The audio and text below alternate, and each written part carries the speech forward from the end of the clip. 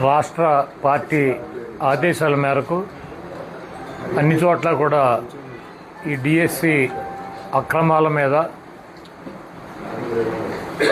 ఈ రాష్ట్రంలో ఉన్నటువంటి నిరుద్యోగ యువతకి జరిగినటువంటి అన్యాయం మీద జగన్మోహన్ రెడ్డి గారి ఆధ్వర్యంలో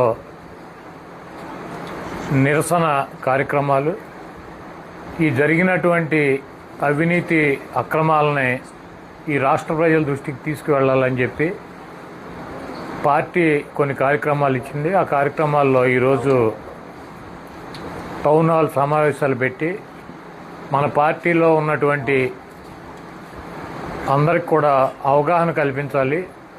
పార్టీనే కాకుండా ఈ రాష్ట్రంలో కానీ ఇక్కడ ఈ పట్టణాల్లో ఉన్నటువంటి చదువుకున్న వాళ్ళకో లేకపోతే మధ్యస్థంగా అటు ఇటు రాజకీయ పార్టీలో కాకుండా ఉండేవాళ్ళకో మనందరం కూడా వాళ్ళకి చెప్పాల్సినటువంటి అవసరం ఉందని, అదేవిధంగా ఆ తర్వాత కొన్ని కార్యక్రమాలు కూడా ఇవ్వటం జరుగుతుందని చెప్పి పార్టీ చెప్పడం జరిగింది. ముఖ్యంగా డిఎస్సి అక్రమాల్లో 16,000 పైన పోస్టులు ఇచ్చారు. దాంట్లో అన్నీ కూడా అక్రమం అని చెప్పి వైఎస్ఆర్ కాంగ్రెస్ పార్టీ చెప్పట్లా. 3% స్పోర్ట్స్ కోటా అని చెప్పి ఇచ్చారు. 3% అంటే 16,000లో దాదాపు 480 పైన ఉద్యోగాలు స్పోర్ట్స్ కోటా. ఈ స్పోర్ట్స్ కోటాలో జనరల్గా డిఎస్సి ఎగ్జామ్, ఇప్పుడు ఎమ్మెల్యేగా నేను పోటీ చేస్తే నాకు ఎన్నికల్లో ఓటేస్తే నేను ఎమ్మెల్యే అవ్వచ్చు అవ్వకపోవచ్చు. అలా కాదు, వాళ్ళే ఎమ్మెల్యేగా ఎలక్ట్ చేసేస్తారు ఫస్ట్. ఆ తర్వాత నాకు 5 సంవత్సరాలు టైం ఇస్తారు. ఈ లోపు నేను పోటీ చేసి ఎమ్మెల్యేకి గెలవాలి. ఎగ్జామ్ రాయవసరంలా, సేమ్ టైం దానికి కావాల్సినటువంటి క్వాలిఫికేషన్ బీఈడీ కూడా చదువు అవసరంలా. ఇంటర్మీడియట్ 10th క్లాస్ చదివినాక మనకు ఉద్యోగం ఇచ్చేస్తారు. ఉద్యోగం ఇచ్చేసినాక మనకు ఒక 5 సంవత్సరాలు టైం ఇస్తారు. ఈ 5 సంవత్సరాల్లో మనం బీఈడీ కంప్లీట్ చేయటం, ఈ దానికి ఏ అర్హత అయితే ఉంటుందో ఆ అర్హత అన్నీ కూడా పూర్తి చేయాలి. ఇప్పుడు నేను ఎమ్మెల్యేగా నన్ను అలాట్ చేసేస్తాను. నేను 5 సంవత్సరాలు నాకు టైం ఇస్తే నా టైం అయిపోయే లోపు నేను అప్పుడు నామినేషన్ వేసుకోవటం, మీ దగ్గర అందరి దగ్గరికి రావటం, నాకు ఓటేయమని చెప్పి అడగటం, ఈ కార్యక్రమం అంతా ఆ తర్వాత చేయాలి. ఇప్పుడు లోకేష్ గారి నాయకత్వంలో ఉన్నటువంటి ఈ విద్యాశాఖ ఈ డిఎస్సి ఎగ్జామ్స్ కనీసం బీఈడీ ఎగ్జామ్ రాయకుండా వాళ్ళకి సర్టిఫికేట్ లేని వాళ్ళకి ఉద్యోగం ఇచ్చారు. అదేవిధంగా డిఎస్సి రాయని వాళ్ళకి కూడా ఉద్యోగం ఇచ్చారు. దానికి కారణం ఏంటంటే డిఎస్సి ఎగ్జామ్ రాయనాడికి డిఎస్సిలో ఉద్యోగం ఇస్తారు. ఎందుకు అంటే స్పోర్ట్స్ కోటాలో ఎవడో లేడు రాసినాడు కాబట్టి ఎవడో ఒకరిని ఎత్తుక్కొచ్చి మేమే ఇచ్చామని అడుగుతున్నారు. ఎవరిని ఎత్తుక్కొచ్చారంటే స్పోర్ట్స్ కోట అంటే ఏంటి, పేకాట. ఎందుకంటే ఇంకే ఆట ఆడినాడు లేరు వీళ్ళకి, కాబట్టి ఆ పేకాటను కూడా కలిపేసి బ్రిడ్జ్ గేమ్ దాంట్లో ఇచ్చేశారు.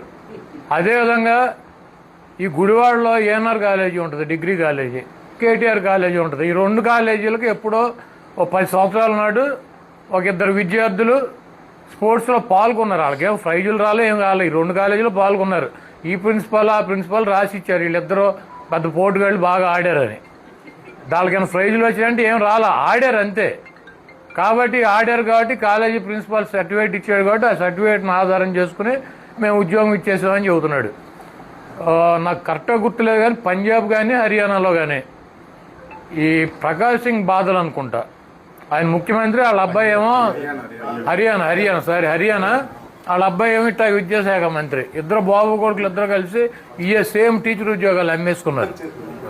అరెస్ట్ చేశారు. 7 సంవత్సరాలు జైలు శిక్ష పడింది ఆయన ముఖ్యమంత్రి గారికి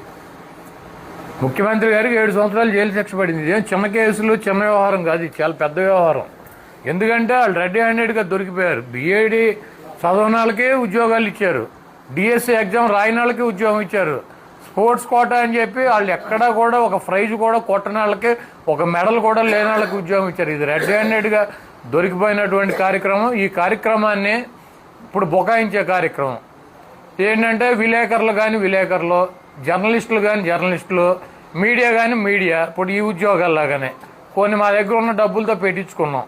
వాళ్ళతో అసలు ఇక జగన్మోహన్ రెడ్డి గారిని తిట్టించడం, దీని గురించి ఎవడన్నా మాడితే ఆడికి అవగాహన లేదని చెప్పడం, మేమే ప్రపంచ మేధావులని ఒక 4-5 సూటు బూటు వేసి బొఫున్ గాళ్ళని కూర్చోబెట్టి మనం తిట్టించడం, ఈ కార్యక్రమాలన్నీ అనమాట. ఇప్పుడు ఈ డిఎస్సి చదవనాడికి ఎలాగో అలాగే సూటు బూటు వేయగానే అటు మేధావి అయిపోతాడు. ఒకటికేం పంచి కట్టిస్తారు.